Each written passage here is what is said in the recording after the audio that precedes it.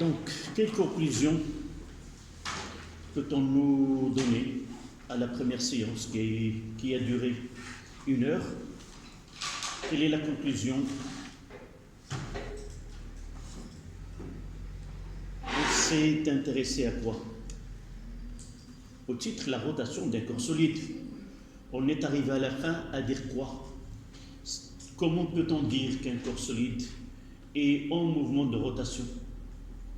Oui? Les points de ce solide décrivent des trajectoires circulaires. Voilà. Au lieu d'entamer directement la rotation du corps solide, nous avons essayé de dévier, si vous voulez, la définition à des points qui appartiennent au solide. Dire qu'un solide est en mouvement de rotation revient à dire que les points, un point quelconque de ce solide, s'il décrit une trajectoire circulaire ou un arc de cercle, on dira que ce corps-là réalise un mouvement de rotation. Donc, ça c'est l'idée principale de cette science. Maintenant, définir la rotation, ce n'est pas une finalité en soi-même. En réalité, la rotation, on veut décrire ce mouvement et définir les grandeurs physiques qui caractérisent ce mouvement et prendre des cas particuliers de ce mouvement de rotation. Donc, étudier un mouvement revient à élaborer quoi? Nous l'avons déjà parlé de 2 grandeurs. Rappelez-vous, quelles sont les 2 grandeurs avec lesquelles on peut faire l'étude d'un système mécanique? Oui. Non, les grandeurs physiques. Je les ai... L'énergie et la vitesse. Essayez de vous rappeler un petit peu. Oui? Grandeur cinématique et grandeur dynamique. C'est très bien. Donc, des grandeurs cinématiques et des grandeurs dynamiques.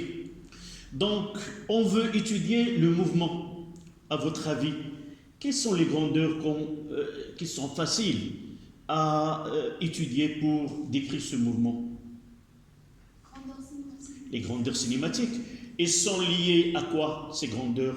Elles déterminent quoi? La vitesse.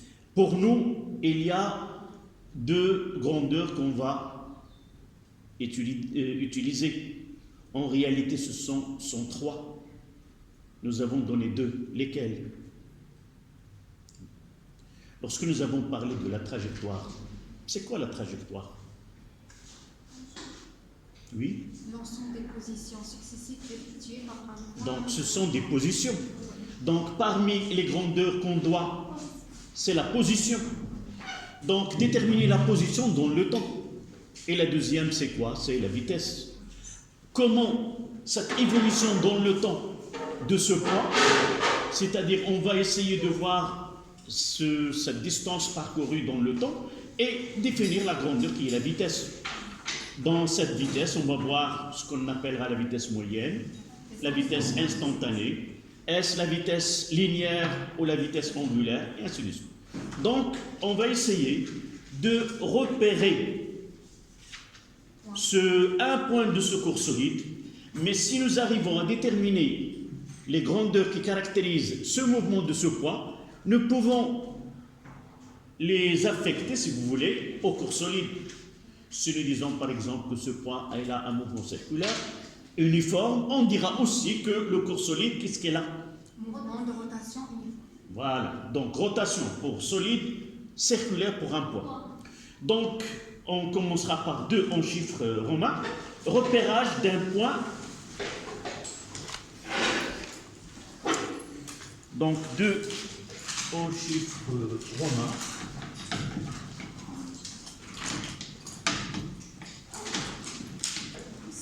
Oui. 3. Oui. 3 en chiffres romains. Repérage d'un point.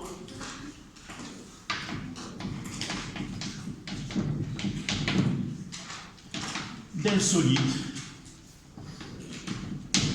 évidemment, en rotation d'un solide, en rotation autour d'un axe fixe pour ne pas avoir un titre qui est long.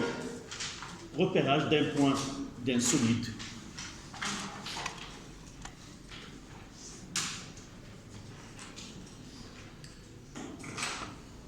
Donc le premier point, ça sera 3A. C'est quoi? On va commencer par le plus simple, c'est repérer. En arabe, c'est quoi? Il y a le mot repère, ma'lam. Et d'un repérage, ma'lamat. Donc on va essayer de سنحاول أن نقوم برصد تلك النقطة من خلال المواضع التي تحتلها خلال الزمن. Donc on va essayer de repérer le point dans l'espace au cours du temps. Là, les mathématiques nous facilitent la tâche. Repérer la position dans l'espace, c'est quoi cette position en mathématiques? On l'appelle un abscisse. Donc un point, elle a des abscisses, ou plutôt, vous le connaissez, des coordonnées. Donc pour nous, on va essayer d'utiliser en réalité l'abscisse, l'ordonnée et le coord. Il y a 3, mais pour nous, puisqu'on va essayer de suivre sur l'arc, on aura l'abscisse, par exemple, curviligne ou l'abscisse angulaire ou autre. Donc, 3A, abscisse curviligne.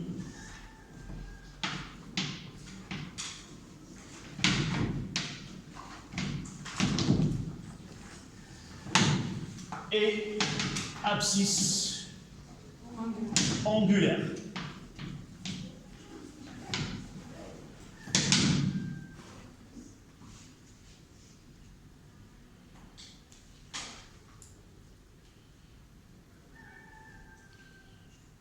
Commençons par abscisse curviligne.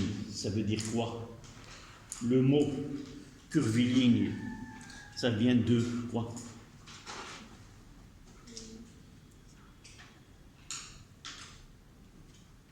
Une courbe. Donc, une courbe, un adjectif curviligne. Donc, ça veut dire l'abscisse curviligne. On va essayer de suivre ce point en mouvement sur la courbe. Et pour nous, puisqu'on est dans un mouvement circulaire, donc on va essayer de suivre ce point sur la corde ou sur cette courbe-là. Et pour définir cette abscisse, nous devons suivre des modalités. C'est-à-dire, c'est quoi? Quelles sont ces modalités? Vous l'avez déjà utilisé l'année dernière, l'abscisse X sur un axe. Pour définir l'abscisse d'un point sur un axe, nous avons besoin de quoi? Toujours il y a une origine. Tous les abscisses nécessitent une origine, à partir duquel on peut déterminer la valeur, si vous voulez, algébrique de cette grandeur-là. Donc, on va choisir un point d'origine, c'est-à-dire un point qui correspond à un instant donné auquel on va s'intéresser, on va essayer de donner on va s'intéresser à ce mouvement, c'est-à-dire à l'instant t est égal à 0, ce mobile-là se trouve en un point donné, mais ça n'empêche pas d'étudier avant ce point et après ce point. Choisir un point comme origine n'empêche pas de voir en avant et revenir en arrière. Donc, c'est un point de référence. Lorsque la valeur de cette abscisse, elle est quoi? Négative, ça veut dire avant l'événement que nous avons choisi. Si se trouve de l'autre côté, elle est après l'événement que nous avons choisi. Une fois qu'on dit négatif et positif, ça veut dire choisir un sens positif. Généralement, pour faciliter ce choix, pour que les conséquences de ce choix soient faciles, on prendra le sens de mouvement comme sens positif. Et ainsi, c'est facile, à partir d'une abscisse qui est positive, de dire qu'on est dans un événement après ou avant. Et autre chose, on va les voir par la suite, avoir le choix du mouvement, le sens du mouvement comme positif nous donne plusieurs avantages. On le verra par la suite. Donc, abscisse Urvillon, on commencera par 3, 1, 1, abscisse curviligne. Et on va le noter S de T.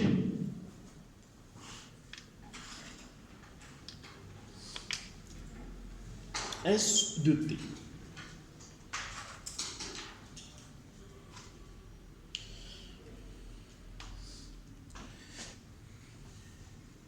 Donc, essayez de revenir au schéma que nous avons fait tout à l'heure, la séance dernière, et essayez de choisir un point de ces trois.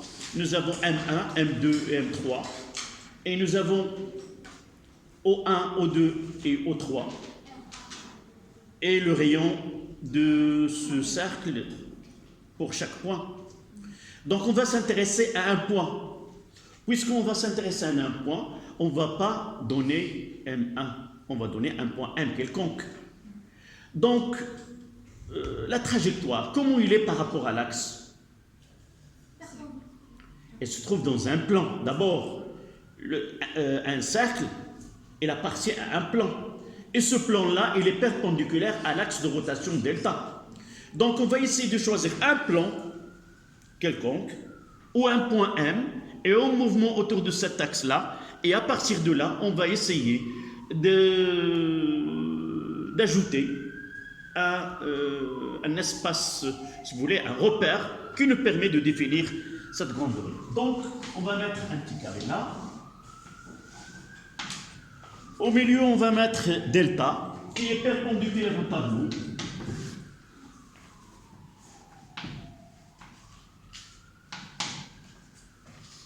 Et là, un point M, on va essayer de tracer un arc de cercle.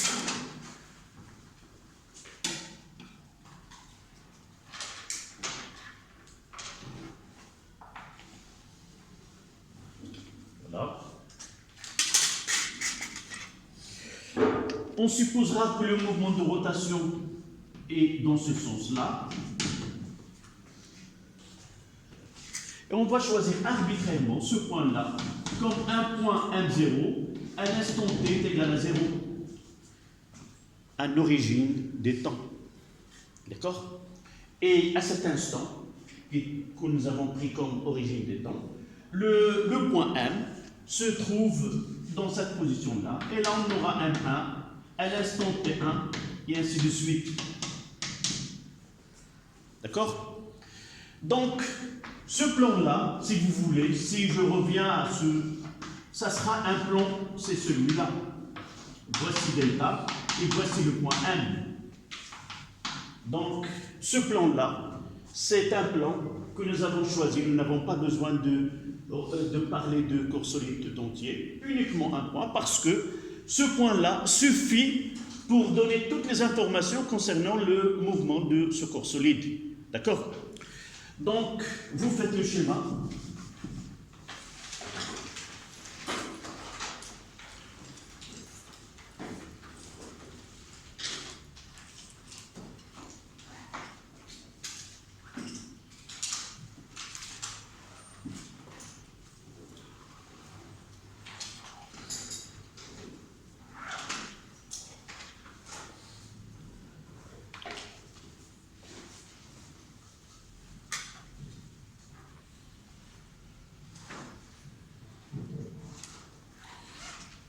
Donc, si vous voulez, on fait un peu des couleurs là. Là, c'est la trajectoire.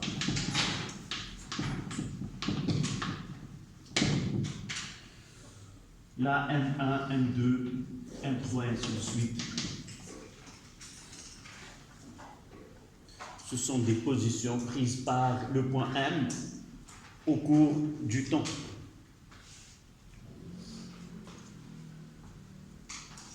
À noter que nous pouvons choisir M0 ici. D'accord? Le choix, il est arbitraire. Mais une chose, c'est que ce choix-là, Une fois qu'il est pris, on doit le respecter jusqu'à la fin de l'étude. Nous ne devons plus le changer au cours de notre étude. Évidemment, si nous voulons faire une autre étude, nous pouvons recommencer cette étude avec des choix différents. Mais ça n'affecte en rien la nature du mouvement et toutes les conclusions que nous aurons, sauf quelques différences et les positions. Mais la nature du mouvement, on aura la même.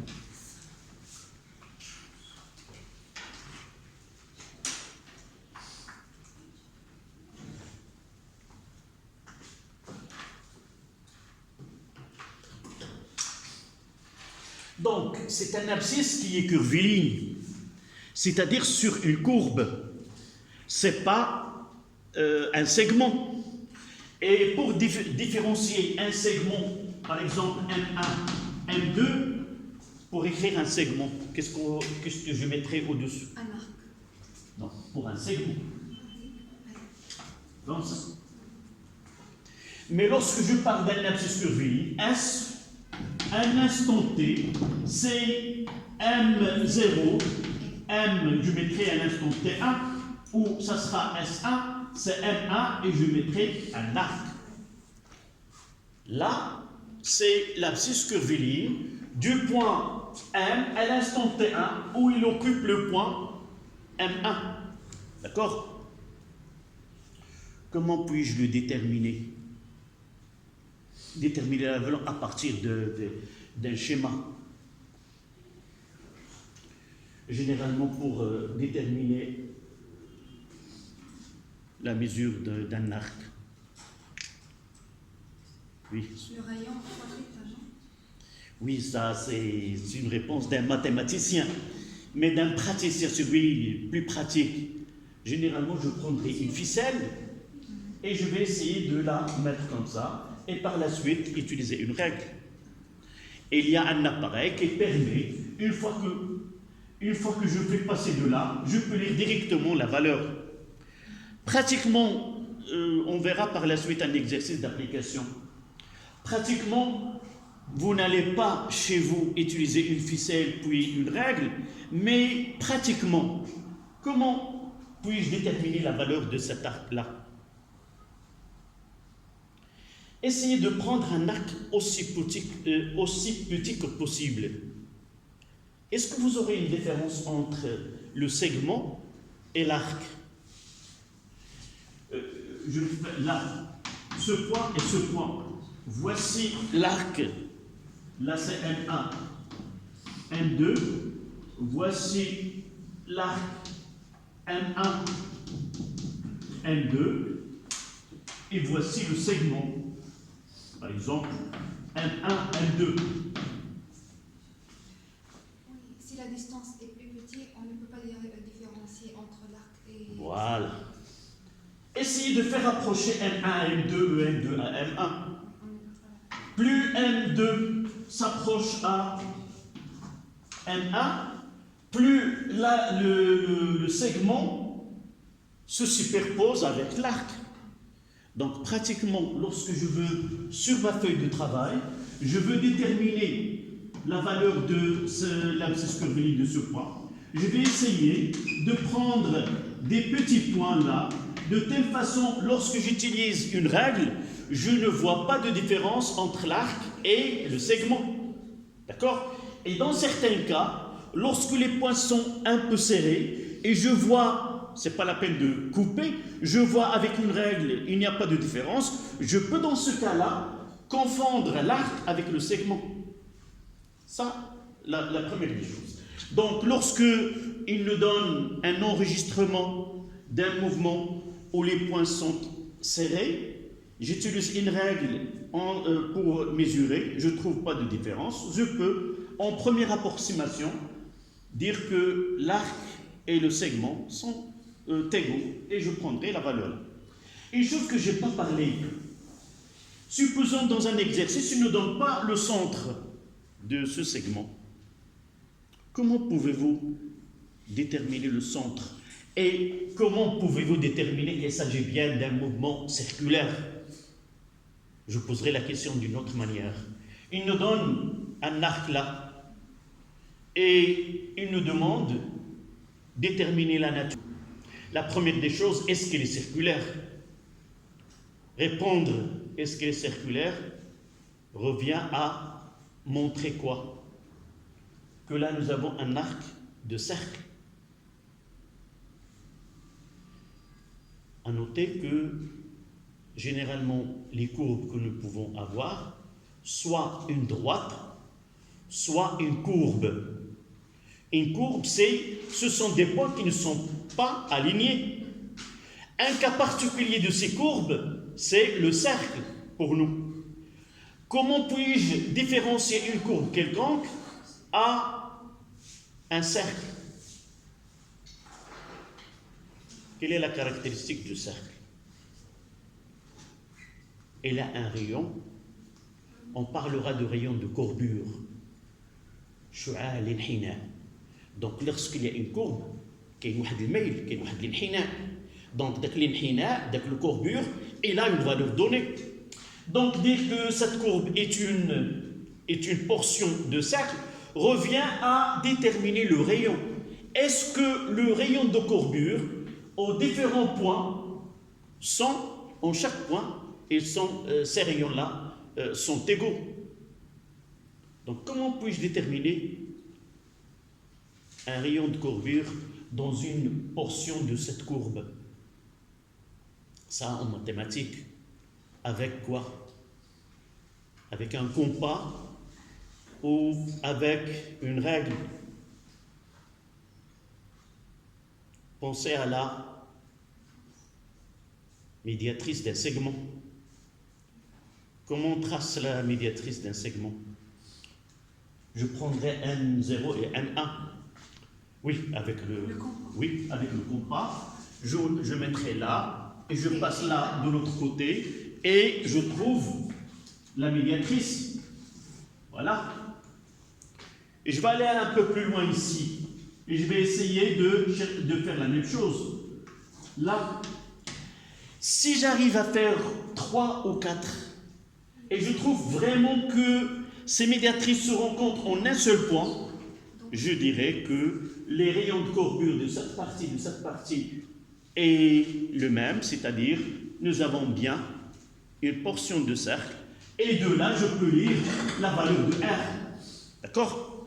Pensez à cette méthode, si on vous donne une courbe et on demande de montrer qu'il s'agit bien d'un cercle, c'est la seule façon, là, c'est pas la seule façon pour nous, c'est la plus simple, et au cours de laquelle on utilise des compétences mathématiques que nous avons déjà étudiées, d'accord? Là, je vous ai donné peut-être dans l'exercice qu'on va faire, que je vais vous envoyer par la suite, je vais essayer de ne pas mentionner le centre et vous essayez de déterminer ce rayon. Une chose qu'on aura peut-être par la suite, c'est que généralement ces schémas sont faits à l'échelle. Parfois on fait un travail sur une table qui est assez grande. On ne peut pas travailler directement sur cette feuille qui est sur une table, sur la table à coussin d'air. Donc on est obligé de faire un schéma ou une figure qui est avec une échelle. Généralement, on écrit ici échelle 1 sur 4. Ça veut dire quoi? C'est-à-dire 4 points, chaque point 1 cm entre chaque point. C'est-à-dire nous avons représenté les dimensions, on les a divisées par 4. Si on veut passer de schéma à la réalité, on doit toujours multiplier par l'inverse de l'échelle. Là, ce n'est pas la réalité. Donc, revenir à la réalité. Si on vous donne 2 sur 3, pour retrouver les distances réelles là, on devrait multiplier par 3 et diviser par 2. Ceci, on le verra par la suite dans l'application.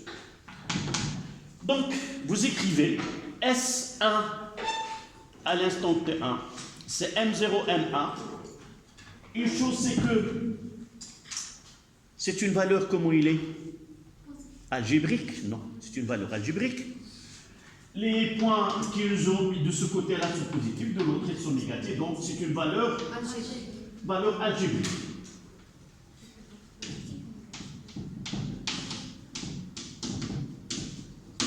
C'est une valeur algébrique, peut être positif ou négatif, ça dépend de la position de points.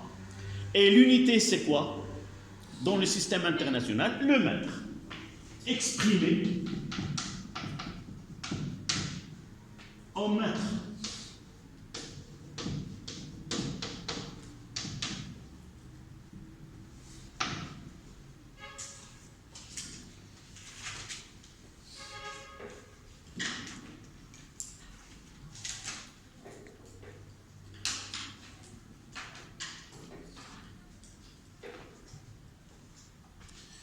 L'abscisse angulaire maintenant, 312.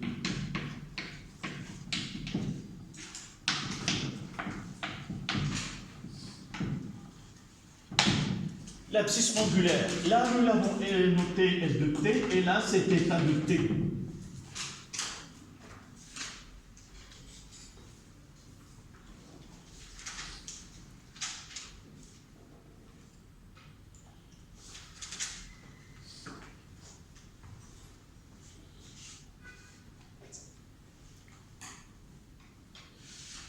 Comme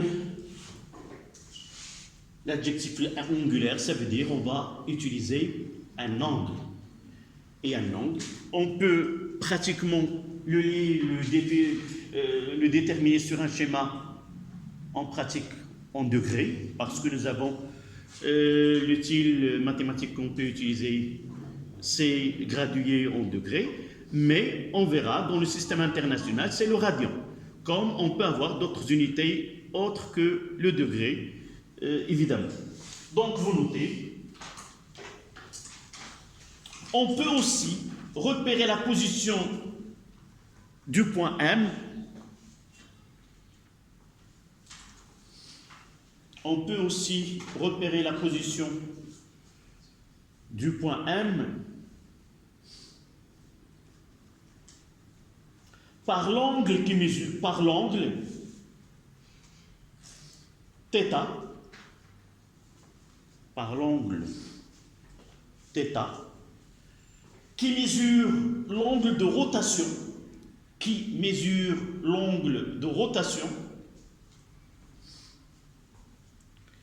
depuis l'origine M0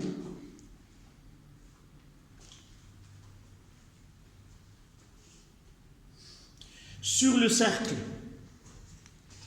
Et nous revenons à ce schéma-là, et on mettra ici le point M1, c'est l'angle θ1.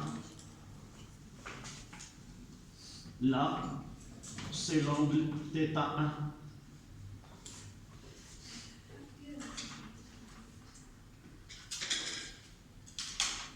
Oui. C'est le même schéma de tout à l'heure.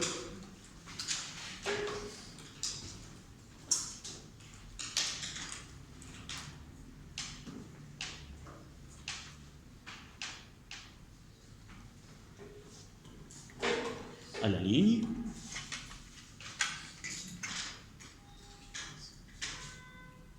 L'unité de θ, l'unité de l'abscisse angulaire θ, dans le système international est le radian.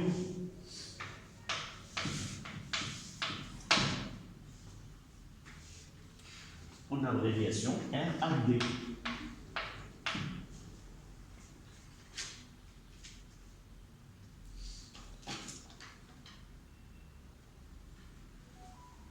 Mais en réalité, en pratique, c'est le degré qu'on utilise pour lire ces abscisses-là. On passe à 313. C'est la relation entre abscisse curviligne et abscisse angulaire. 3, 1, 3. Relation entre S de T et θ de T. entre abscisse curviligne et abscisse angulaire.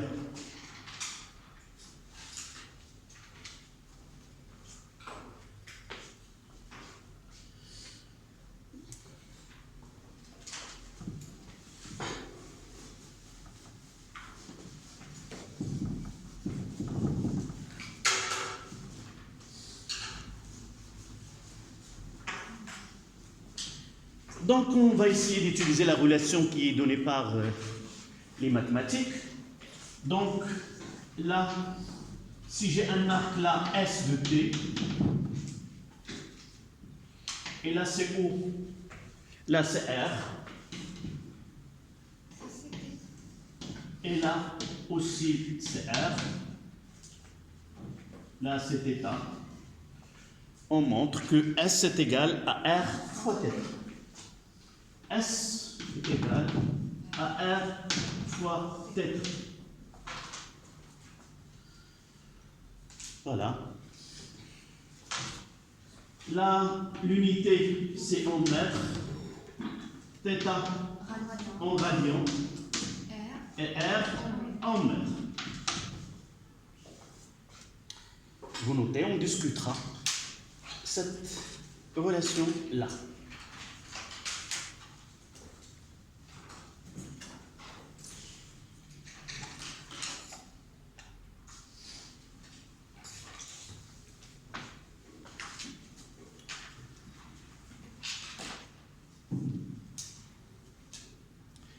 Est-ce que ça vous apparaît cette relation raisonnable ou logique?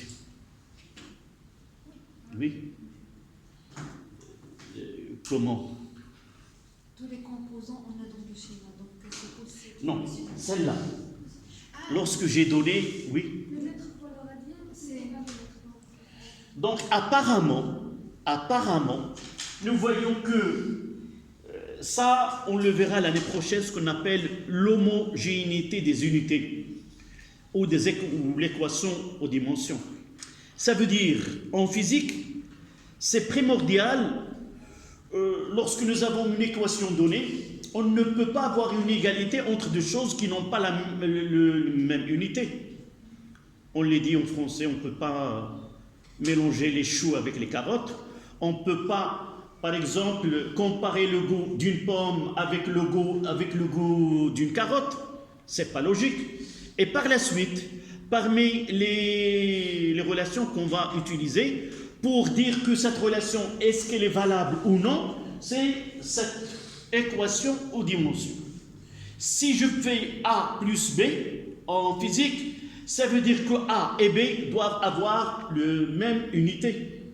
Je ne veux pas ajouter une intensité de courant avec une différence de potentiel. Une intensité de courant avec une intensité de courant, d'accord, puisqu'ils ont même unité. Mais là, nous avons déjà choisi θ en radian. En réalité, dans le système international, ça, Inch'Allah, si nous aurons l'occasion l'année prochaine, en deuxième année, on discutera. Parmi les questions les plus soulevées en physique, c'était cette relation-là. Et on est arrivé à partir de 1900, je ne sais pas, un congrès des physiciens. Ils ont résoudre cette énigme.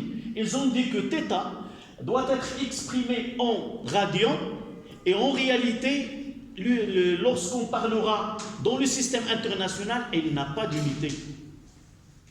Ça veut dire, je vais anticiper ce travail-là. Lorsque je parle de l'équation aux dimensions, c'est-à-dire, dans le système international, une grandeur, je dois lui donner sa vraie considération. La S, c'est quoi? C'est une longueur. Là, le rayon, c'est une longueur. Je mettrai L. Mais lorsque je mettrai θ, les dimensions, je mettrai 1. Là, c'est 1. Et à partir de là, le problème, il est résolu. Ça veut dire que S est égal à Rθ. Dans le système international, c'est le mètre fois une valeur qui n'a pas d'unité. D'accord? Donc, voici ce problème. On l'aura aussi l'année prochaine, parce qu'on va revenir à ces relations-là. D'accord? Voilà, S est égal à R fois θ.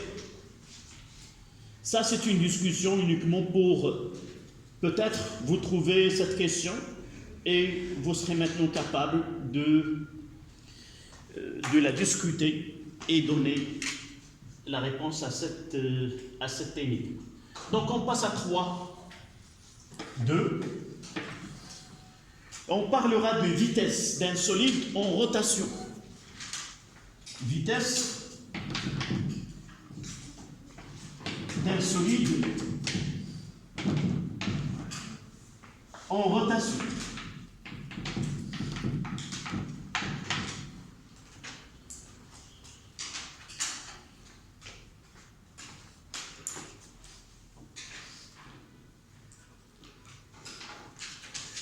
En réalité, si nous suivons le principe du travail, ce titre, ça sera quoi? Vitesse d'un point. Lorsqu'on parlera de vitesse d'un solide en rotation, on passera par la vitesse d'un point appartenant à un solide en rotation. Vous voyez que la vitesse, pour vous, jusqu'à cette séance, vous ne connaissez que vitesse comme grandeur. Vous l'avez déjà étudié, son symbole c'est V. Mais cette année-là, on va essayer de voir une autre vitesse relative à un mouvement de rotation. Et dans ce cas-là, on va parler de vitesse linéaire et vitesse angulaire. Vitesse linéaire, c'est V, c'est-à-dire c'est une grandeur vectorielle. Il a une direction, sens énorme.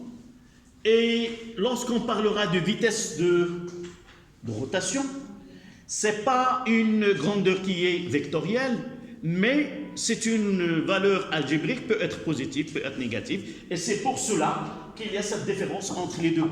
Donc, à partir de cette leçon, lorsque vous parlez de la vitesse, essayez de spécifier s'il est linéaire ou s'il est vitesse de rotation. Donc, on commencera par vitesse angulaire et par la suite, on va revenir à la vitesse linéaire. Donc, vous notez une phrase d'abord. Pour décrire le mouvement de rotation d'un solide,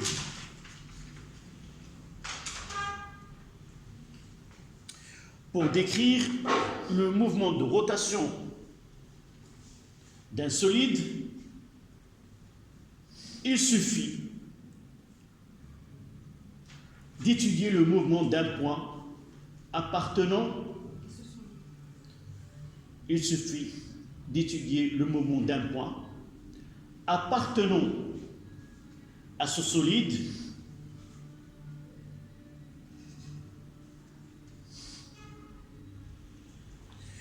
évidemment, n'oublions pas que ce n'est pas la peine de l'écrire entre parenthèses, un point qui n'appartient pas à l'axe de rotation.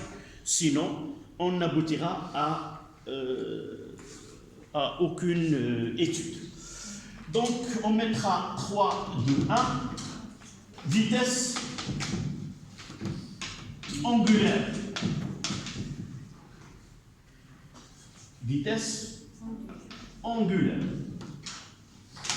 On va la noter oméga. Donc, son symbole, c'est oméga.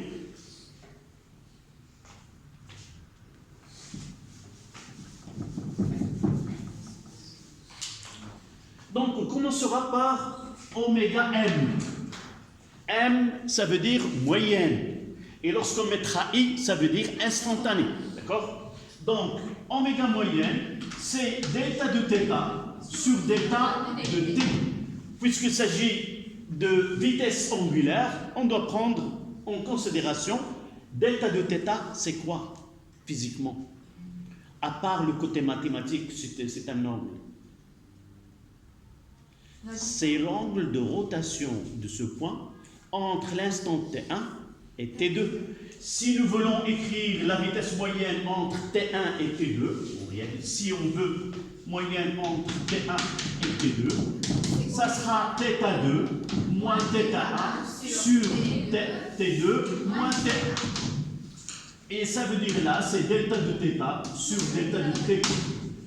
Delta de θ, c'est l'angle de rotation sur la durée du mouvement.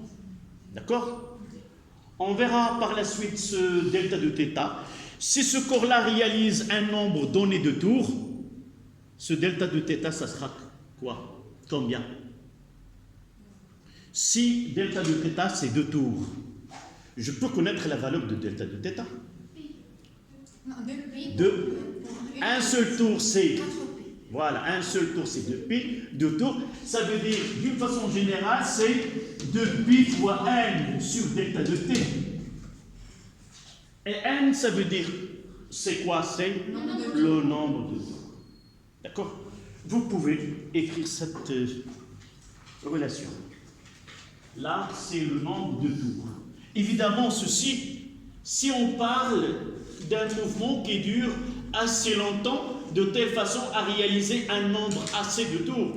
Mais dans un enregistrement, on peut avoir θ de 30 degrés, de 20 degrés, de 17. Cette relation n'est valable que lorsqu'on parlera par la suite de mouvement qui est uniforme et se réalise pendant un temps assez grand qui... D'accord? Donc, nombre de tours.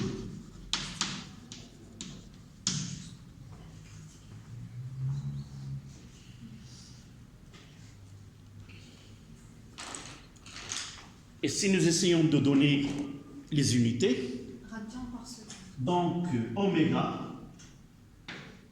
s'exprime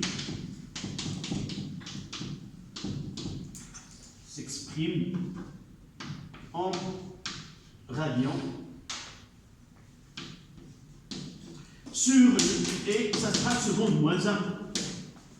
Au lieu de mettre radian sur seconde, on mettra radian seconde moins 1.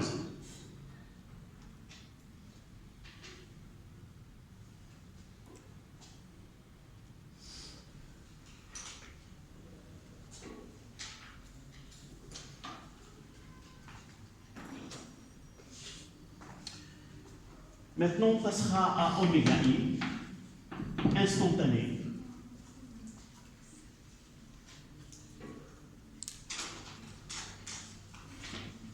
Là, il faut un appareil qui permet de donner la valeur à un instant donné.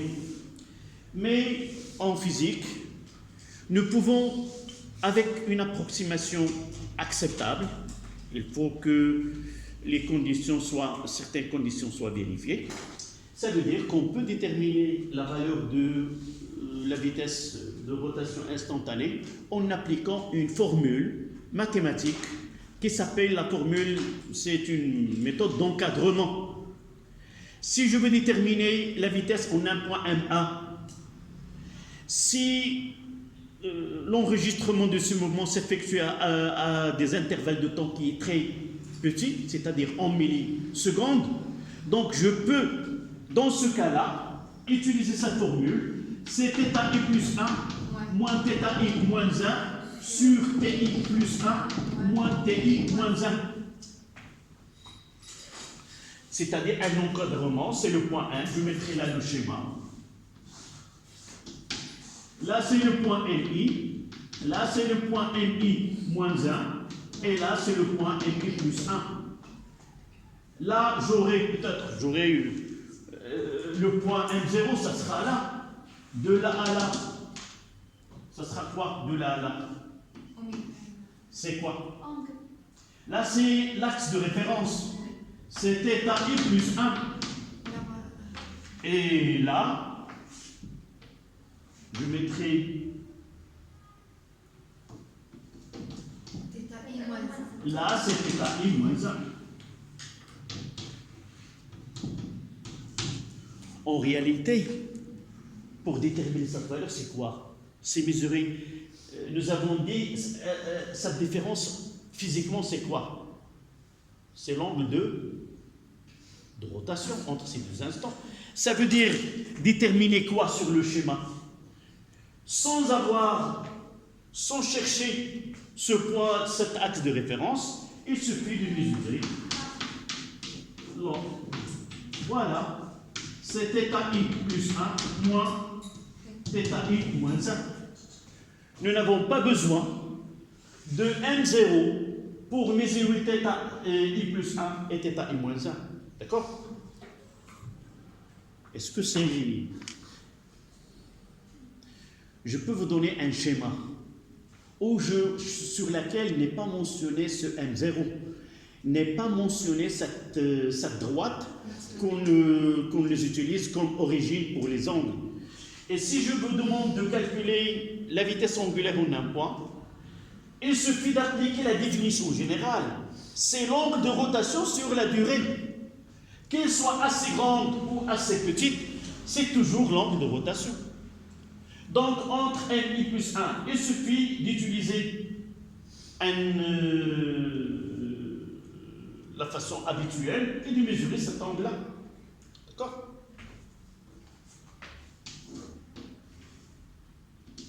Voilà. Et je lirai de là, c'est le 0. Et là, je vais lire la valeur de... D'accord? Avec cet écart. Donc, vous prenez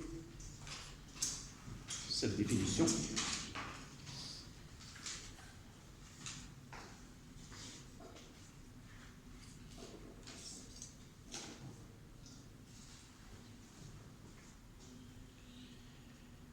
J'ai dit celle-là, c'est une relation qui est rapprochée. C'est pas... Exact. Oui. Dans certains cas, on mettra que c'est delta de θ sur delta de t. C'est un nombre de rotation infiniment petit sur une durée qui est infiniment petite aussi. D'accord? Là, c'est une notion qui est mathématique. Vous n'avez pas étudié la dérivée? Non.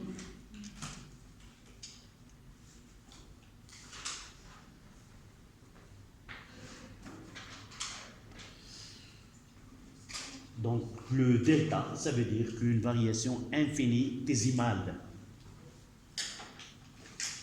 ou très élémentaire. On reviendra par la suite à ce delta lorsqu'on parlera du travail élémentaire.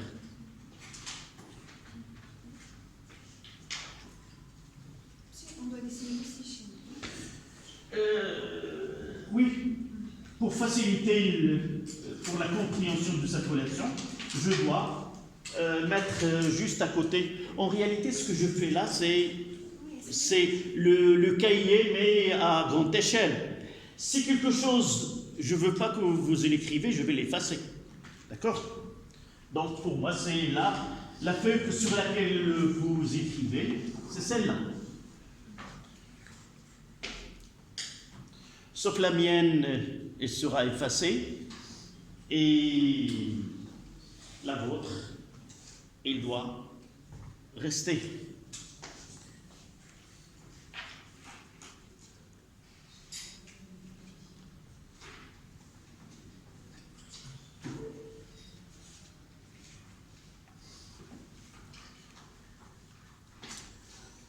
Donc on va essayer de parler de cette vitesse instantanée. Là, nous l'avons définie pour un point, mais en réalité, notre titre, il parle d'un corps solide, vitesse de rotation d'un corps solide. Et qu'est-ce que vous pouvez dire à propos de la vitesse angulaire de tous les points appartenant à un solide aux mêmes instants? qui est constant. Oui, la même, constant. Elle est la même. Quelle est la justification?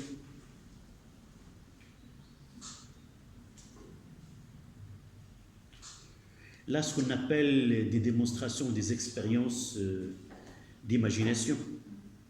Vous avez devant vous ce corps-là, là, celui-là. Celui. On peut le considérer comme un corps solide. Elle est formée de cette tige, celle-là et celle-là. Imaginons qu'on fait une rotation de ces deux points. Je vais essayer de déterminer la vitesse de rotation de ces deux points. Entre deux instants, quel est l'angle de rotation de ces deux points entre les mêmes instants? Même angle. Si ceci se déplace d'un angle de 30 degrés, celui-là il est le même. Pourquoi? Parce qu'on est devant un corps solide, indéformable. Je vais faire la même expérience, mais avec un corps solide qui n'est pas indéformable, qui est déformable. Ma main. Je vais essayer de faire un mouvement. Essayez de suivre cette partie-là et cette partie. L'angle de rotation de là n'est pas le même. Donc la vitesse de rotation de cette partie n'est pas la même que celle-là. Donc si ma main est figée et fixe, tous les points de ma main réalisent le même angle de rotation.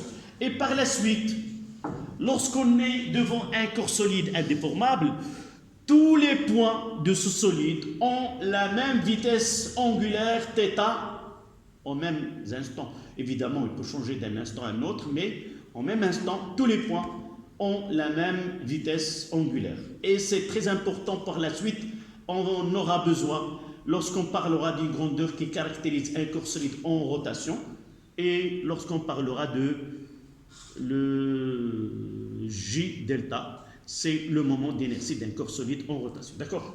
Vous mettez remarque.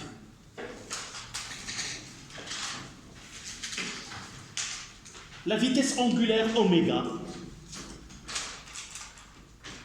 remarque, la vitesse de rotation oméga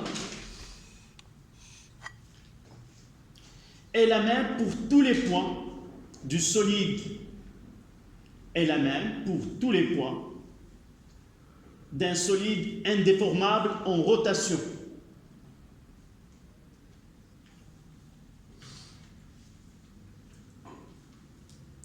D'un solide indéformable en rotation, évidemment autour d'un axe fixe. Ce n'est pas la peine de l'écrire. D'un solide indéformable En rotation. Et si tu veux être plus précise, autour d'un axe fixe. On peut avoir des rotations autour d'un axe qui n'est pas fixe, mais ce n'est pas dans notre programme. Le plus important, c'est après ce. Quelle est la phrase qu'on va écrire? C'est le plus important que vous devez. Puisque la vitesse de rotation oméga est la même pour tous les points, donc le corps est en mouvement de rotation uniforme. Ce oméga, oui, en quelque sorte, mais sauf parfois, j'ai une phrase déjà et je récapitule ce que tu viens de dire. Tous les points, ils ont même vitesse angulaire à un instant donné. Donc ces points, on va les affecter à quel système? المشكل ديالنا من الاول حنا عندنا جسم راه حنا كندرسوا جسم والصعوبه اللي عطاتنا هذا الجسم شنو درنا؟ رمينا الكره للنقط ديال ذاك الجسم وفوقاش ما كنوصلوا لشي نتيجه خصنا نوليو ذاك الجسم الصلب. هذه هي الصعوبه اللي عندنا في الدرس. Rotation d'un corps solide, nous n'avons pas pu entrer vif et attaquer le corps solide, on est passé par ces points. Et là, la conclusion, c'est quoi? Tous les points, ils ont même vitesse angulaire. Donc on dira que le corps solide a la même vitesse angulaire. Si je trouve pour M1, je mettrai que le corps tout entier, il a une vitesse de rotation oméga. La même, ce qui n'est pas le cas dans ce qu'on va voir par la suite. Donc vous l'écrivez, on prendra 5 minutes. Elle est donc la vitesse angulaire du solide en rotation. Elle est donc, ce oméga, elle est donc la vitesse angulaire du solide en rotation.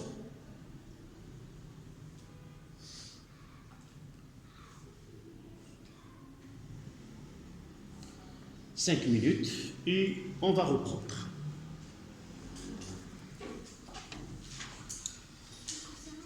Donc,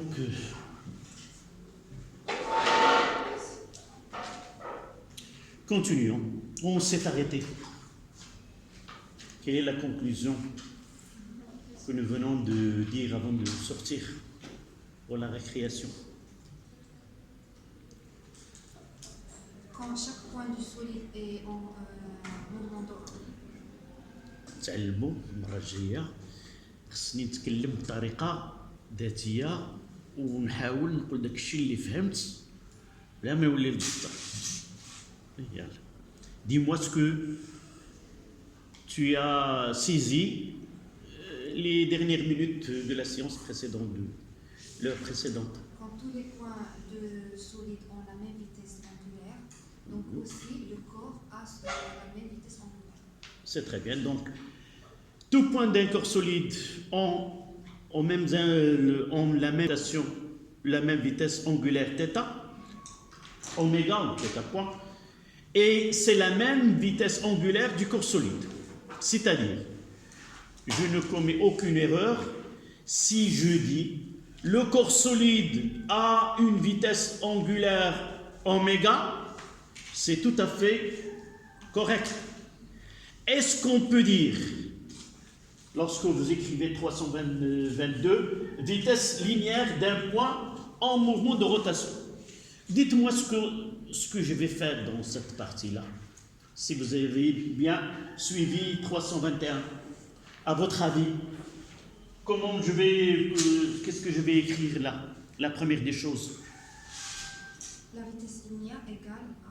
La vitesse, oui. La relation entre la vitesse Avant. Lorsque j'ai parlé de la vitesse angulaire, j'ai défini quoi? La vitesse angulaire moyenne. Puis la vitesse angulaire instantanée. Puis nous avons essayé de discuter cette vitesse angulaire pour différents points avec le corps solide. Et là, on va suivre le même plan. Ça veut dire on va parler de vitesse linéaire moyenne, vitesse linéaire instantanée, et le plus dans la vitesse linéaire instantanée, c'est que cette grandeur-là, c'est un vecteur. Donc on est obligé d'ajouter un petit peu, de dire comment est la direction de ce vecteur-là, un plus par rapport à la vitesse angulaire. D'accord? Et on va finir ce paragraphe par quoi? Comparer les points, ce VI pour différents points. Et est-ce qu'on pourra dire que ces points, quelle est la relation entre ces vitesses? Est-ce qu'on peut la donner au corps solide en rotation? D'accord? Voilà ce qu'on va faire dans cette partie. Donc mettons VM moyenne entre deux instants, T1 et T2. Donnez-moi. Généralement, la vitesse, c'est une distance sur la durée. Là, la distance parcourue sur quoi? Sur un arc. Donc, on va mettre quoi? On va mettre N1, N2 sur delta de T, T2 moins T1. Et si nous essayons d'appliquer la définition de l'angle, de abscisse curviligne, ça sera quoi ici? Entre les deux points, on ajoutera quoi pour faire apparaître SI? Le fameux point M0. Donc si je mettrais c'est M1, M0 plus M0, M2, j'aurai quoi? J'aurai S2 moins S1. J'ai le droit de mettre M1, M0 plus, c'est M0 plus M0, M2. Le travail avec les segments, c'est le même avec les arcs. D'accord? Sur T2 moins T1. Et là, c'est quoi? Non, là, c'est le point d'origine. Et là, c'est la position de point M à l'instant T2. Là, c'est le point d'origine. Et là, c'est la position de point M et l'instant T1. Pour faire apparaître là, c'est S2. Et là, c'est moins S1. Donc c'est S2 moins S1. Voilà. Donc, VM entre T1 et T2, c'est S2 moins S1 sur T2 moins T1. Et là, l'unité, c'est en mètres, là, mètre seconde moins 1. Et là, c'est en mètres. Et là, c'est en secondes. L'unité, vous prenez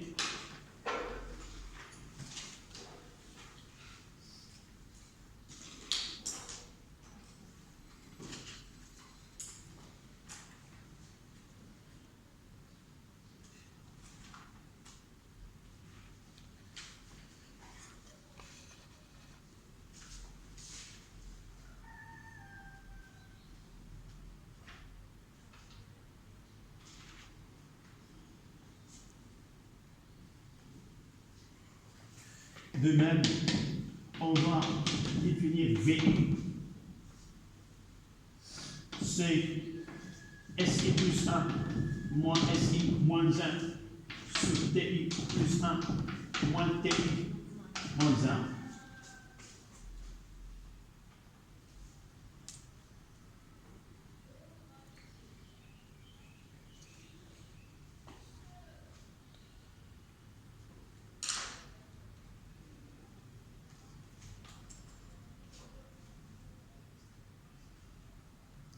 Est-ce que vous pouvez faire apparaître oméga?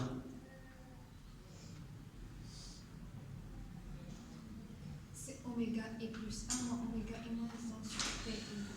Comment puis-je faire apparaître oméga dans cette formule? Celle-là?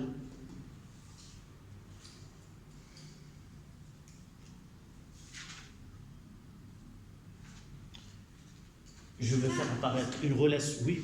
On a déjà dit que C égale à R fois oméga. Je peux utiliser... Non, c'est R fois. Θ. Voilà. Je peux utiliser... Oui. C'est la seule que nous avons. Là, celle-ci, R, je mettrai R, θi plus 1, moins R, θi moins 1, sur θi plus 1, moins θi moins 1. Et si je factorise par R, R fois OI plus 1 moins OI. ça donne c'est R fois θi plus 1 moins θi moins 1, le tout sur θi plus 1 moins θi moins 1. Égale R fois... Je donnerai la relation finale avec une couleur différente, que VI est égal à quoi? R À R fois... fois oméga I.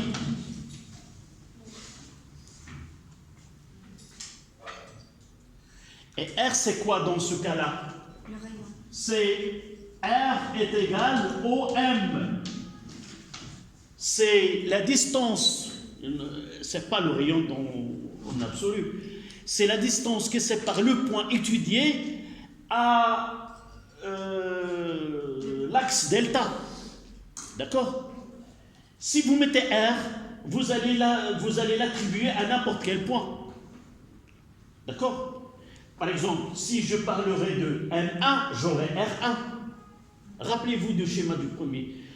Et par la suite, c'est cette remarque-là que je viens de vous dire qui va nous permettre de dire est-ce que nous pouvons attribuer cette vitesse-là à n'importe quel point du solide et par la suite attribuer au corps solide, ou nous n'avons pas le droit de cette attribution.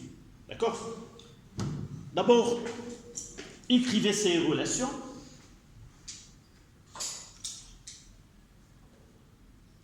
Et discutons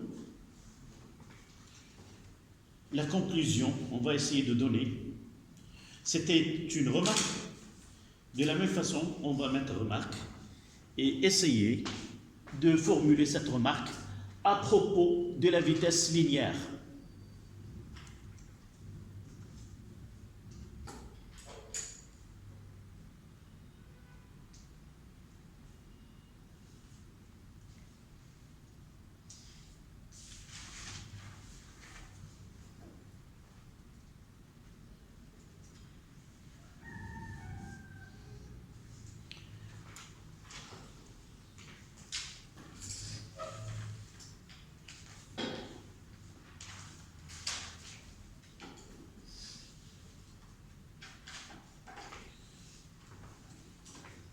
Donc, qui peut nous donner cette remarque?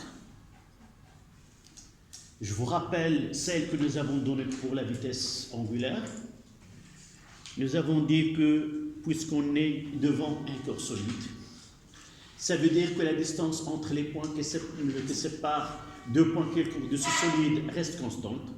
Et par la suite, nous avons dit que l'angle de rotation de chaque point, il est le même pendant la même durée pour n'importe quel point. De là, nous avons dit, à un instant donné, tous les points de corps solide ont la même vitesse angulaire qui est oméga. Et ce oméga, c'est la vitesse angulaire de corps solide tout entier. Je veux de la même manière me dire à propos de VI. Oui. La vitesse instantanée d'un point. C'est pas de calquer. Attention, il faut penser. Oui. Et la vitesse du des copier-coller. لاحظي أني أعطيت الحاجة اللي خصكم تردوا لها البال.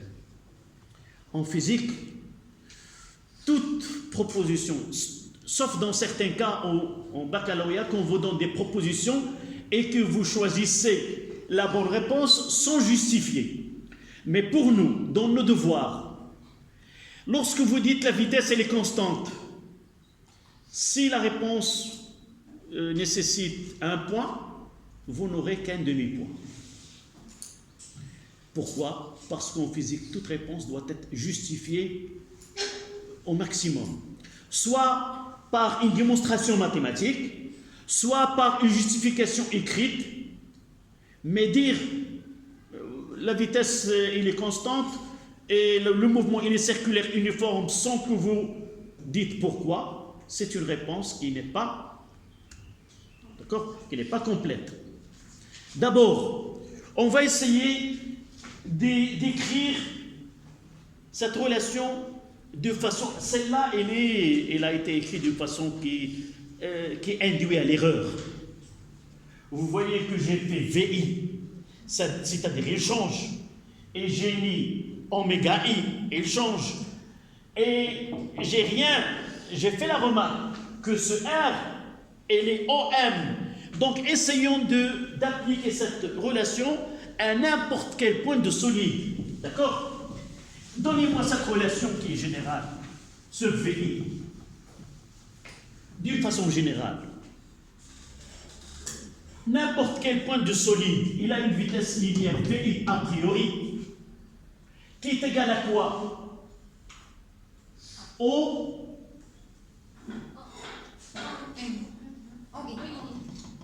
c'est la vitesse à l'instant T1 de point MI. C'est OMI fois oméga I. Voici la vraie relation entre la vitesse linéaire et la vitesse angulaire. Et de là, je veux discuter. Par exemple, pour un point donné, cette vitesse-là dépend de quoi? D'abord, oméga I, à un instant donné, si je prends VJ, est égal à OMJ fois oméga J. D'accord? Deux points quelconques. Je vais essayer de voir, est-ce que ces deux points, M, I et J, ils ont la même vitesse linéaire VJ? Oui? Non? Peut-être la vitesse linéaire se change d'un point à un autre. Oui. Et quelle est la grandeur qui met en évidence ce changement?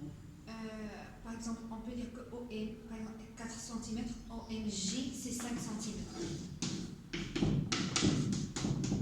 Vous voyez que chaque point,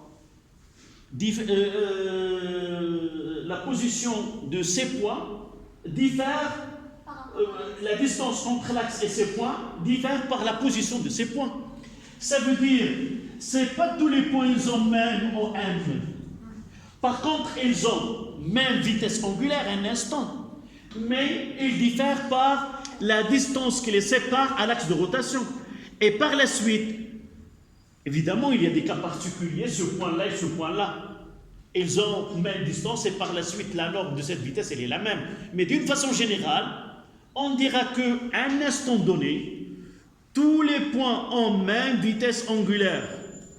Mais la vitesse linéaire diffère d'un point à un autre C'est selon la distance. selon la distance que sépare ces points à l'axe de rotation delta. Et par la suite, la conclusion c'est quoi? Est-ce qu'on peut dire que le corps solide a une vitesse linéaire V? Non. Donc jamais on dira le corps solide a une vitesse, sauf dans les cas on parlera. D'abord on donnera cette conclusion et on passera au cas particulier où on peut dire que le corps solide a une vitesse V qui est égale. Donc, vous mettez comme remarque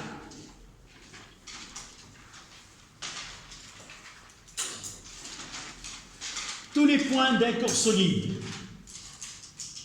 en rotation, tous les points d'un corps solide en rotation autour d'un axe fixe.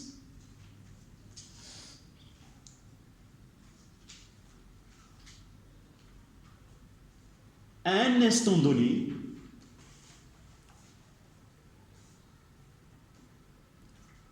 même d'un corps solide, à un instant donné, كل النقط المنتمية لجسم صلب عند لحظة ما لها نفس السرعة الزاوية بينما سرعتها الخطية تختلف باختلاف المسافة التي تفصل هذه النقاط عن محور الدوران. هذه الجملة اللي donc tous les points d'un corps solide en rotation autour d'un axe fixe ont même un instant donné ont même vitesse angulaire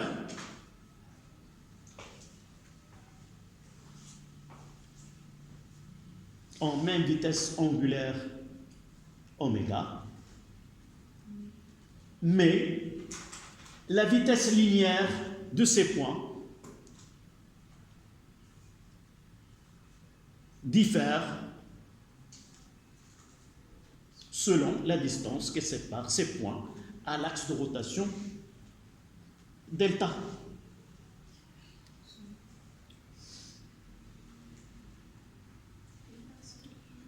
Diffère selon la distance qui sépare ces points à l'axe de rotation delta.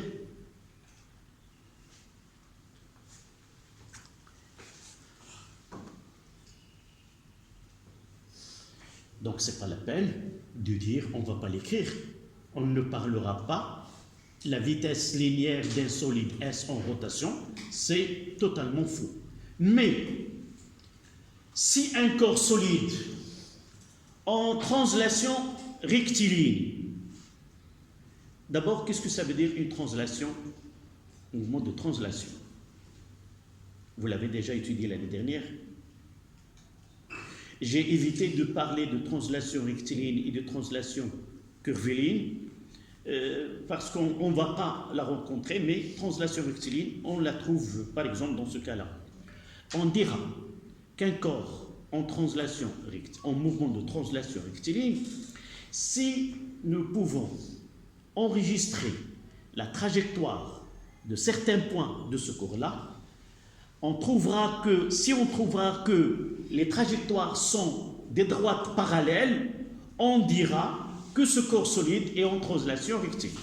Ça veut dire, voici un corps là, je prends ce point-là et ce point-là, et je vais essayer au cours de temps si je trouve que la trajectoire de ce point M1 et celle-là de M2 et de M3, ce sont des trajectoires parallèles, je dirais que ce corps-là, elle est en translation rectiligne.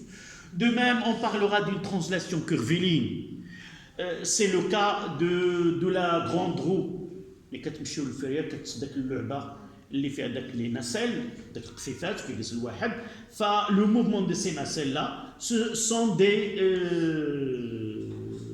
translations curvilignes et plus exactement translation qui est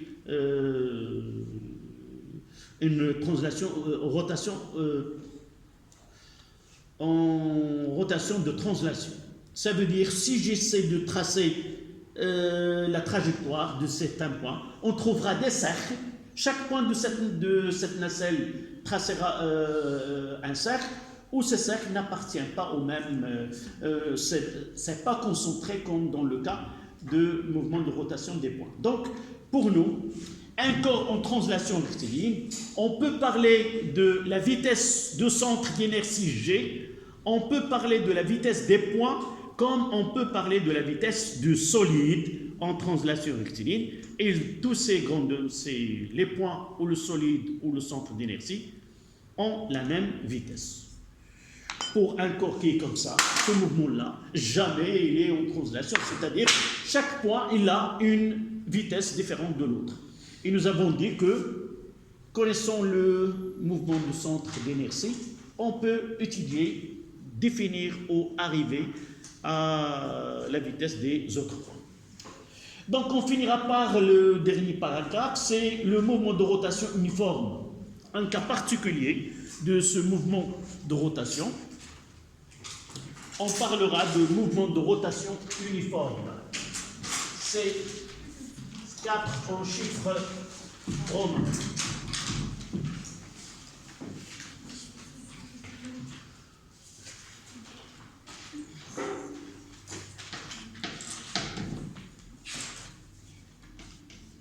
Rotation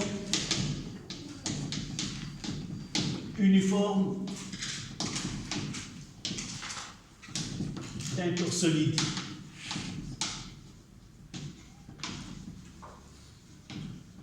Évidemment autour d'un axe fixe.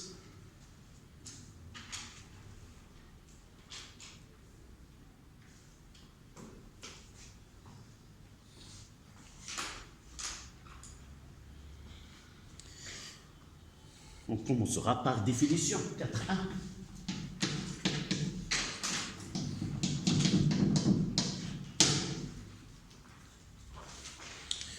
En réalité, si nous voulons respecter, on parlera de mouvement de rotation d'un corps solide autour d'un axe fixe. Mouvement de rotation.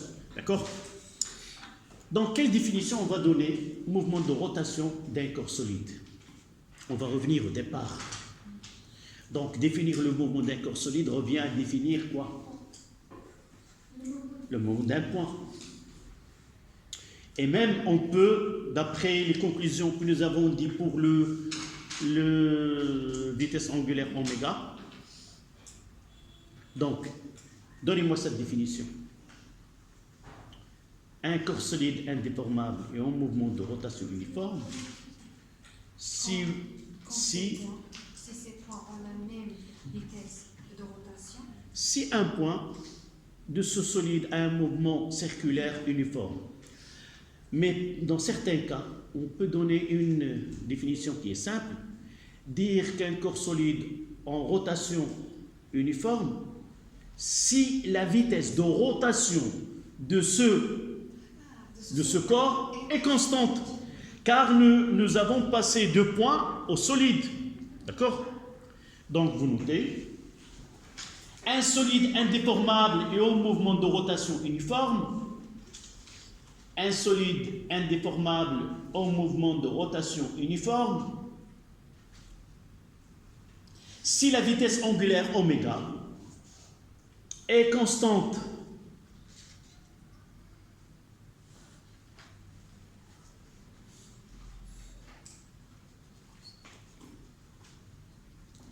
virgule, oui. de rotation uniforme, Si la vitesse angulaire oméga est constante, virgule, au cours de ce mouvement,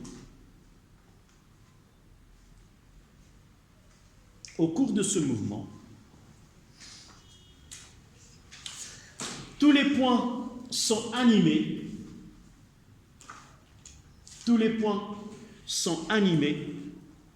qui peut compléter la phrase,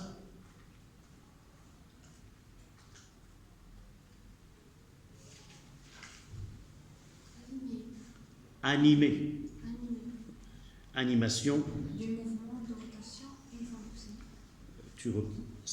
de ce mouvement, tous les points sont animés. animé, bien. d'un mouvement circulaire uniforme. Je voulais entendre le mot circulaire parce qu'on parle des points. Rotation, on parle de corps solide. Au cours de ce mouvement, tous les points sont animés d'un mouvement circulaire uniforme. Si je garde cette phrase comme ainsi, il y en a qui vont dire que ce n'est pas totalement juste. Essayez de corriger cette phrase en écrivant quelque chose entre parenthèses. Non, j'ai dit tous les points. Si je m'arrête là, et si quelqu'un lit cette phrase sur vos cahiers, il dira, ceci n'est pas... Oui, c'est très bien, c'est ça. C'est ça qui met cette défi et va écarter certains points pour ne pas... Donc, vous mettez une phrase, sauf les points qui appartiennent à l'axe de rotation delta.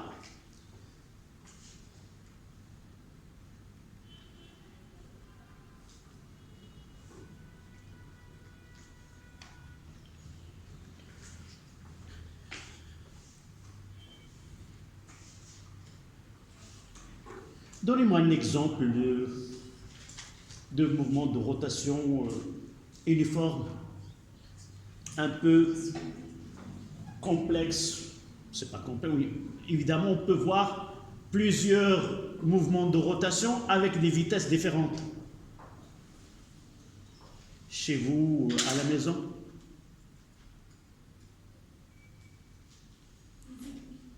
Oui, vous avez des montres à aiguille à la maison.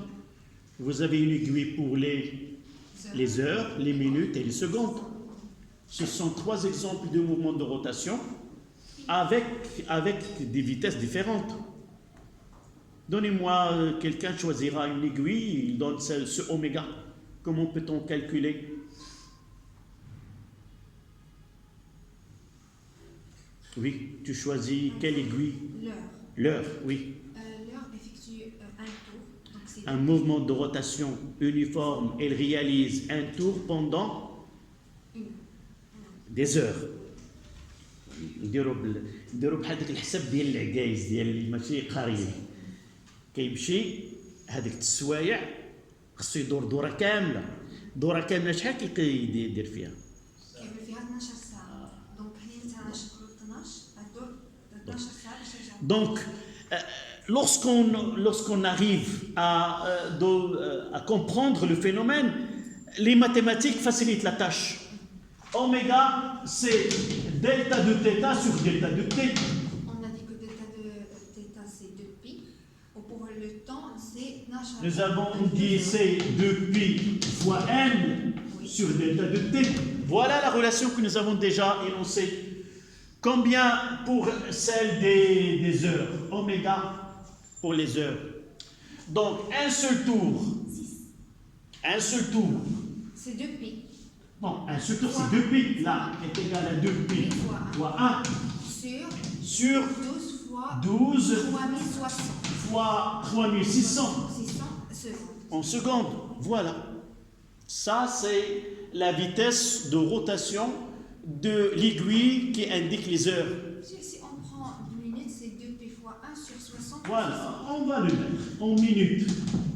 C'est 2π fois 1. Fois Delta de t, c'est des minutes. C'est 60 fois 60. donc elle réalise un tour.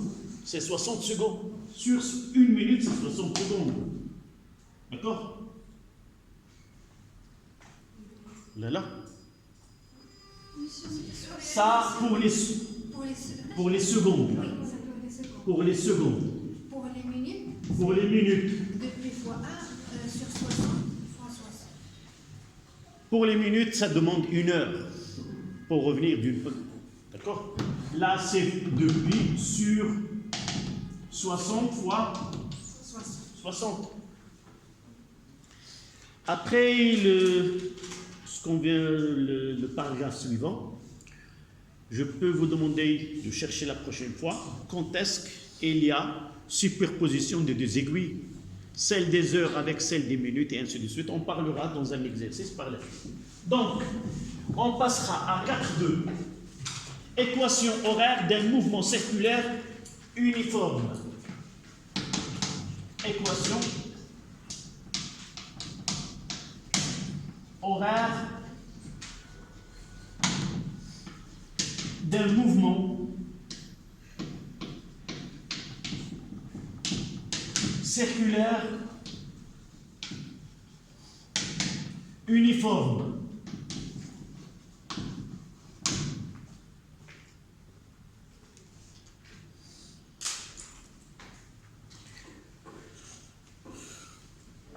Qu'est-ce que ça veut dire équation horaire? L'adjectif horaire, c'est relatif à quoi? À l'heure, c'est-à-dire au temps. Donc c'est une équation qui nous permet de, si vous voulez, déterminer la position au cours de temps. Soit on parlera de l'équation horaire avec oméga égale à f de t, c'est, θ est égal à f de t, c'est la position, et nous avons s qui est égal à g de t. Déterminer la position, déterminer un abscisse donné, comment il varie au cours de temps, ça donne une équation horaire. Donc on doit préciser l'équation horaire relative à donner la relation de l'angle de l'abscisse angulaire en fonction de temps ou de l'abscisse curviligne en fonction de temps. Donc pour un mouvement de rotation uniforme, à partir de quelle relation on peut donner θ en fonction de temps? Quelle est la relation qui relie? Nous avons déjà défini. Donc il y a un mouvement, c'est-à-dire il y a une vitesse. Donc si je parle de l'équation relative à θ, ça veut dire que oméga est égal à delta de t, delta de θ sur delta de t. Et pour avoir, oui. Delta de t égale à oméga fois delta θ égale à oméga fois delta. D'abord, je vais essayer. Là, delta, nous prenons un point de référence, une origine. Donc, je peux mettre celle-là, c'est θ à un instant t, moins θ à l'instant t est égal à 0, sur t moins t est égal à 0. Je peux, un point quelconque, un instant t donné, mais relativement à un point choisi comme origine, où θ est égal à 0. Donc, de là, je peux mettre oméga est égal à θ de t, moins θ indice 0. C'est ce qu'on appelle l'abscisse angulaire à l'origine des temps. Elle peut être négative, peut être positive, peut être nulle. Donc on le garde comme ça, sur t. Et de là, nous pouvons écrire θ de t est égal à oméga fois t plus θ 0. Voilà comment varie l'abscisse angulaire en fonction de temps. Vous n'êtes pas obligé essayer de l'appliquer. Par exemple, si on veut donner l'expression 1c, vous dites, puisque le mouvement est de rotation uniforme, donc θ s'écrit de cette manière-là. Celle-là se définit à partir des données de l'exercice. Soit on vous donne un tableau où il y a un t égal à 0, où vous allez lire θ 0, soit elle est donnée par une phrase. On considère que tel... D'accord? Donc, vous prenez l'équation horaire du mouvement circulaire. Là, oméga est une constante.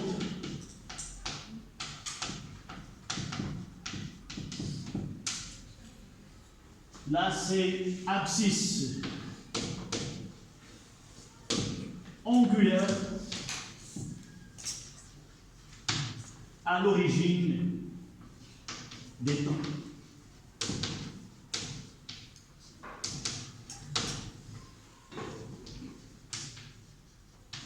C'est-à-dire lorsque t est égal à 0.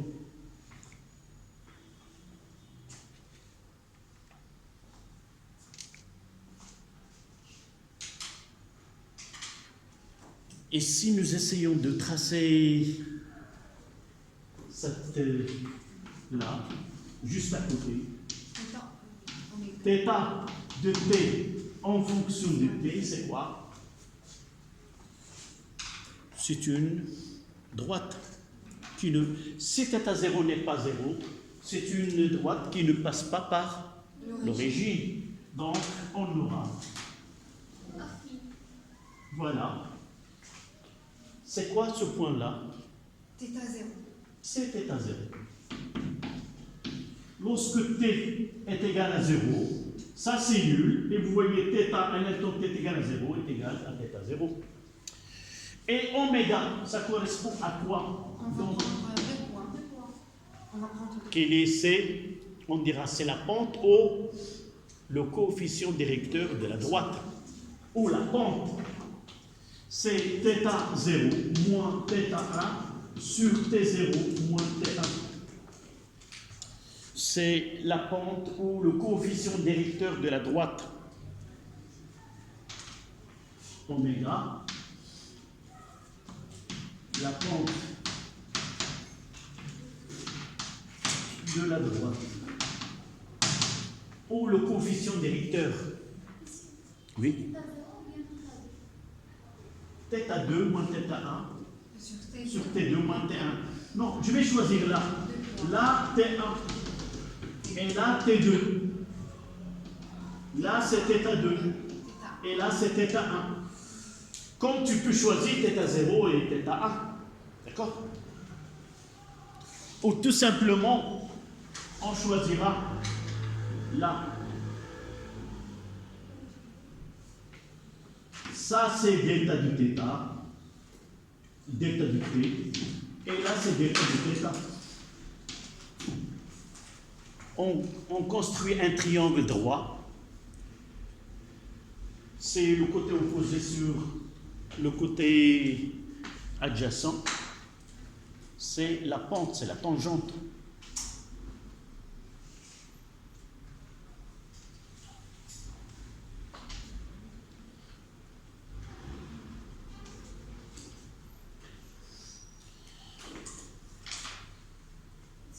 Oui.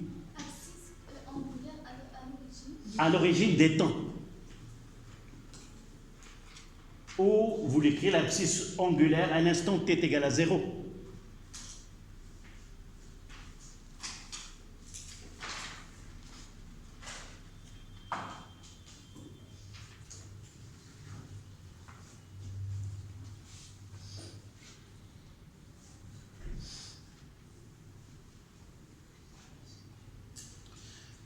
De la même façon, on va essayer de donner l'équation horaire relativement à l'abscisse curviligne S. On ne va pas le démontrer. Vous avez, de la même façon, on arrivera à cette expression.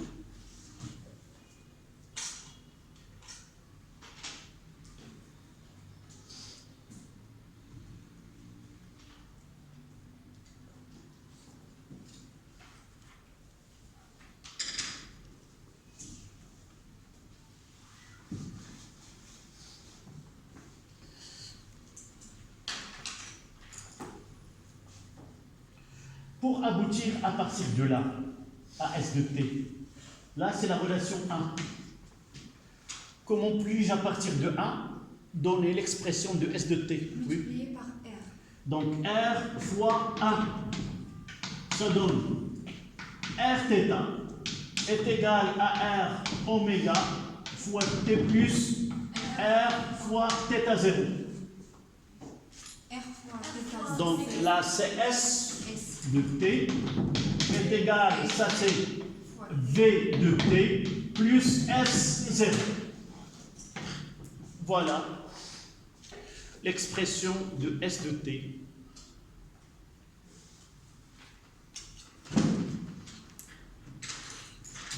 Il me reste, là je ferai un petit schéma.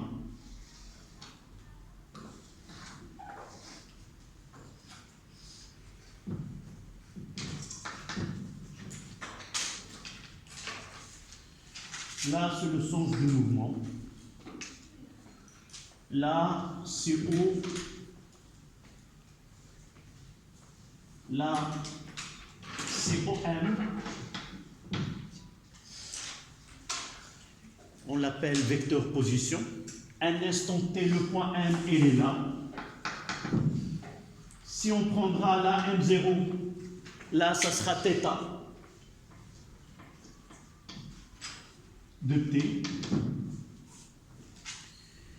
Et les mathématiques nous permettent, on ne va pas le démontrer ici, que le vecteur vitesse, on doit la prendre comme ça, elle est toujours tangent. Ça, c'est V à l'instant T, V de T. C'est un vecteur qui est tangent à la trajectoire et le sens de V, il est le même que le sens de rotation. Donc, si on demande, on va le voir dans un exercice, représenter le vecteur vitesse à l'instant, par exemple, T2 est égal, il nous donne la date. La première des choses, on va essayer de connaître ce point pour faire le schéma. On doit connaître OM. Si la distance est assez grande, on peut prendre une échelle. Donc, je mettrai le cercle dans le rayon avec une échelle donnée, par exemple 1 cm correspond à 10 cm sur la feuille. Orienter le sens de rotation. À l'instant T, je dois connaître où se trouve le point M. À T est égal, par exemple, 20 secondes. Comment connaître à l'instant T est égal à 20 secondes où se trouve le point M? J'utilise celle-là. J'ai déjà oméga. Par exemple, prenons ça, c'est 0. Et là, c'est, par exemple, 10 radians par seconde. Donc, je détermine θ. Et à partir de là, je vais essayer de déterminer la valeur de θ. Par exemple, si je trouve, là, c'était égal à 0. Si je trouve 270 degrés, je calcule θ en radians, puis je vais le convertir en degrés parce que je ne peux pas, avec le radian, faire la représentation. De là, je vais calculer de 170. Là, c'est 180. Je vais me trouver là, par exemple. Là. Voilà le point. Et de là, le mouvement s'effectue. Je fais la tangente et je dois calculer la vitesse V. V, c'est quoi? R fois oméga. Je fais le calcul, je trouve, et je dois utiliser une échelle mètres par seconde. Une échelle pour R et une échelle pour la vitesse. Et je détermine. Et je dois faire que ce V doit être. Je trace le vitesse position OM à cet instant et la perpendiculaire, voilà. D'accord? On verra ceci par la suite. Donc, le dernier paragraphe, c'est les caractéristiques, les propriétés d'un mouvement circulaire uniforme. Et avec ce paragraphe, on va finir cette leçon. Donc, 4.3. Propriété d'un mouvement circulaire uniforme. Propriété. Les propriétés d'un mouvement circulaire uniforme. On utilise les initiales MCU. Mouvement circulaire uniforme.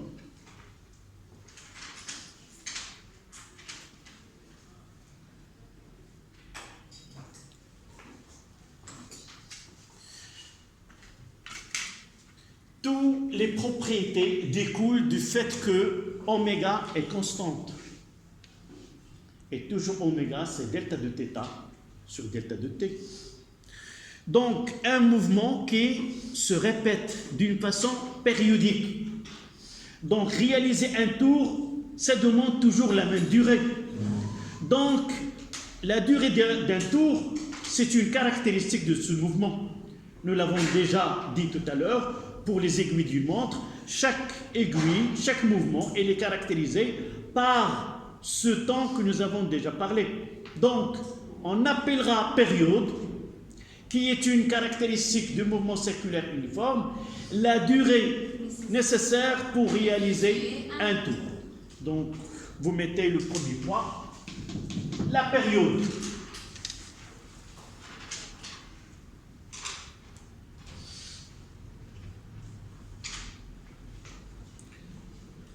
La période de poids, c'est le temps nécessaire pour qu'un mouvement, et vous mettez ces initiales, pour qu'un mouvement circulaire uniforme, MCU, pour qu'un mouvement circulaire uniforme réalise un tour. Et de là, on aura oméga est égal, un tour c'est 2π, et la durée c'est delta de t. Oméga est égal à 2π sur t. Et pour en définir la fréquence f est égale à 1 sur t, et nous écrivons que oméga est égal à 2π fois f. Là, c'est la fréquence. Là, en secondes, la radian seconde moins 1, et la fréquence en hertz. Notez Hz. Voilà.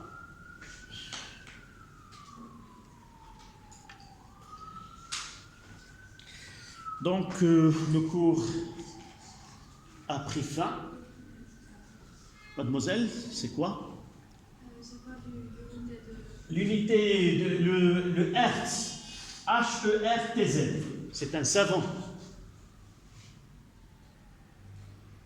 HZ. On ne va pas écrire la définition de fréquence. Comment? On ne va pas écrire la définition de fréquence. La fréquence, c'est l'inverse. Physiquement, ça, parce que on vient d'écouter le. Physiquement, c'est quoi la fréquence?